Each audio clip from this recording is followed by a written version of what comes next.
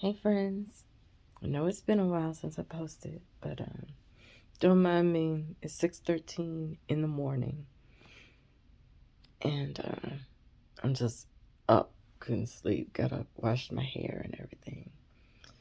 So what's going on with this journey? I am what I was going to do. I'm not gonna do because right now, I'm not. My sinuses are acting up. And usually when my sinuses act up, a cold comes on. And with all this crap going on outside, there was no way that I was going to take a chance of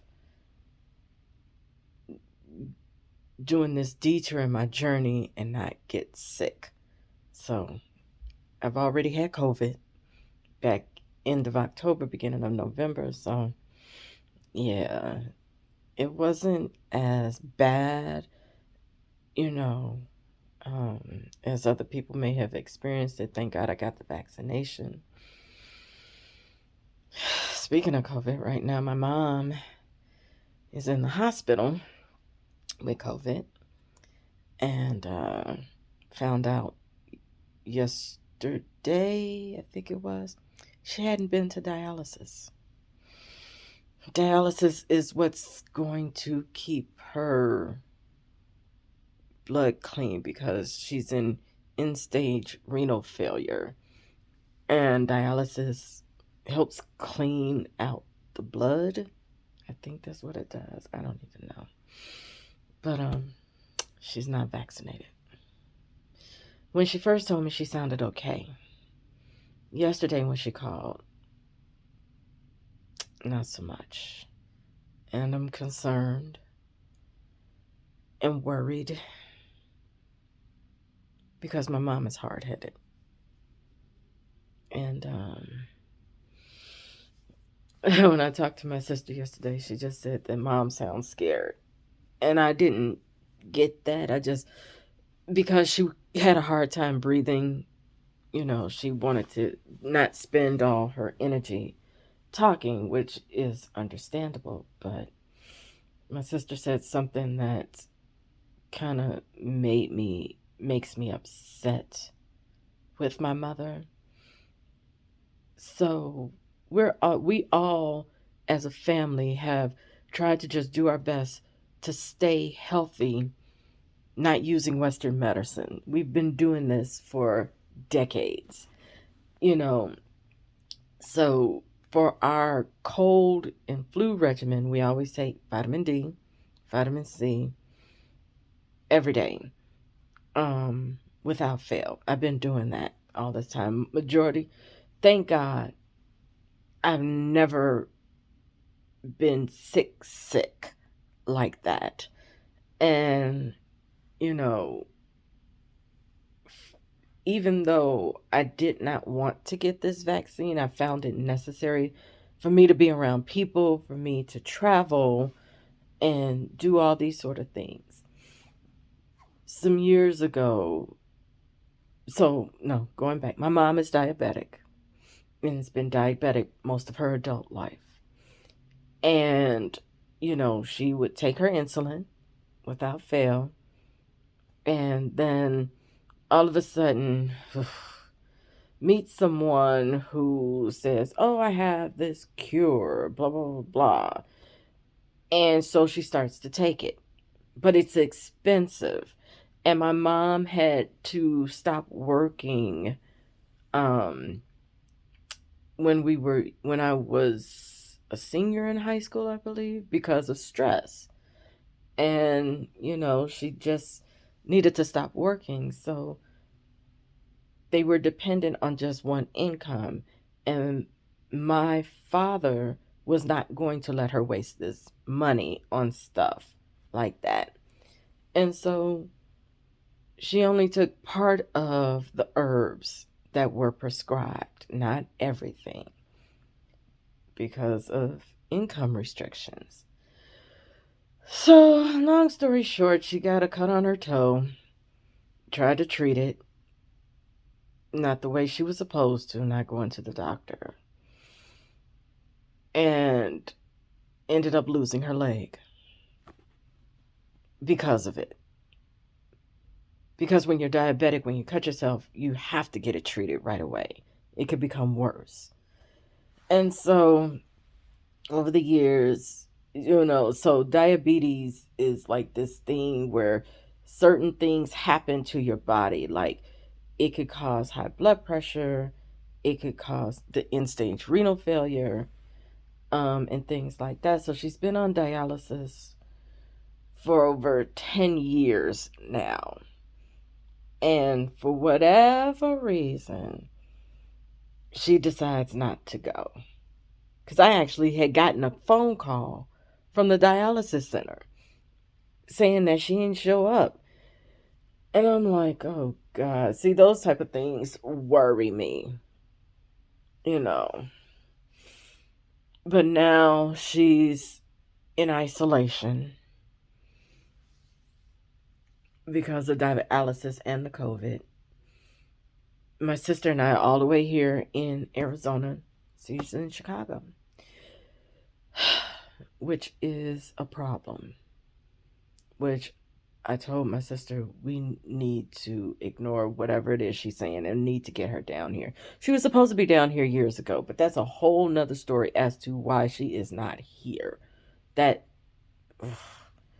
So I told my sister yesterday, I was like, we have to work on getting her down here.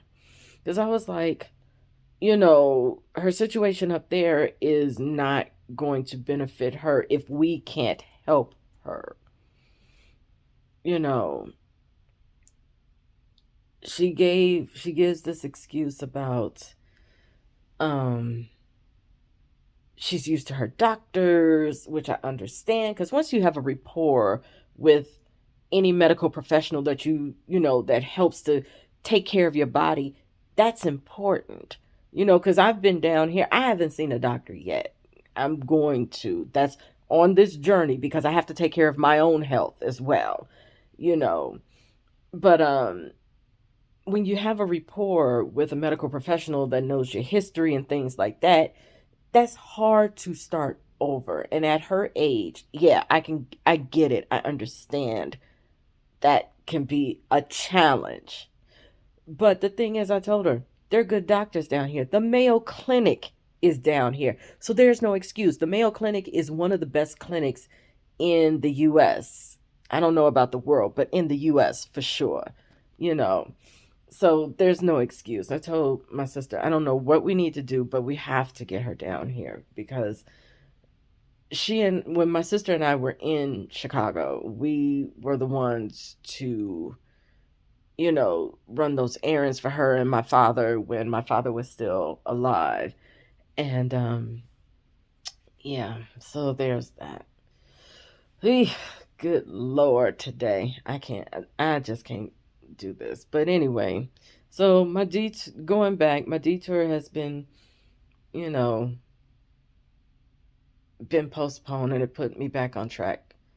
And now I need to do what I just said to you guys, which is now that I have medical insurance, I need to get in contact with the doctor, which is in the plans today, to get in contact with them to set up an appointment so that I can start seeing someone to take better care of myself, which is part of the journey, because I know that in the past I've had high cholesterol, I've been overweight majority of my adult life.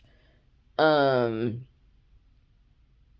can't say that I have high blood pressure. I have what they call white coat syndrome. So when they put a cuff on me, I automatically my anxiety shoots to 10 and my blood pressure is always high as heck until I start breathing and things like that, and then it comes back to normal.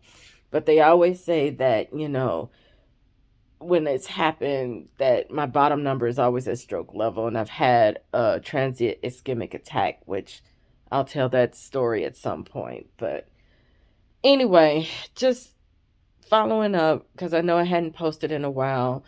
I had a lot of things going on. Like I said, at work I had been busy. I've already started my class, even though it doesn't start until the 17th, but I already started reading and writing. And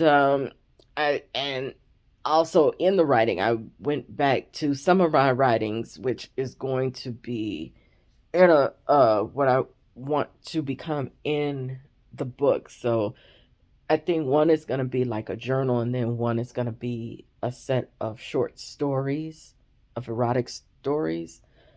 And so yeah, I just been a lot of busy. Like I said, I don't know how often I'm going to post, especially once school really gets ramped up and started, because, you know, I don't know how everybody else's schedule is when it comes to school. I'm working and going to school. And when I'm seeing that my instructor is asking for, like, for this module, she's asking for two discussions to be posted, a paper, a PowerPoint slide presentation, and a 5 minute uh something that some kind of 5 minute speech video or something. So there's a lot of stuff that I got to do just in the first week. I haven't even looked at the rest of the modules. I'm just focusing on this one. So, and this is going to be another discussion because I'm learning a lot, because this one is multicultural generations in the workplace. And even in the first two chapters, I learned a lot. And I know that with some of the things that they're talking about, because they're talking about a lot of generations that are currently in the workplace and dealing with millennials and Gen Zs, and I know that some of the things that were discussed in the book, just I'm guilty of. I know I am. And I have two Gen Zs, in my life. And yeah, so this post is kind of all over the place, but I just wanted to let you guys know I'm still here. I'm still, gonna post things as much as I can. Like I said, I'm gonna be a little busy because I got a lot of stuff on my plate. But yeah, so once again, if you like this video, give it a thumbs up. If not, thumbs down. But hit subscribe, hit the bell so that you know when I post something. And hopefully, you know, you can, if there's something that you want to share with me that you feel that can help me or help me help you, let me know. I'm open. So, once again, good morning, good afternoon, good night, good evening. But have a great day. Be beautiful. Peace.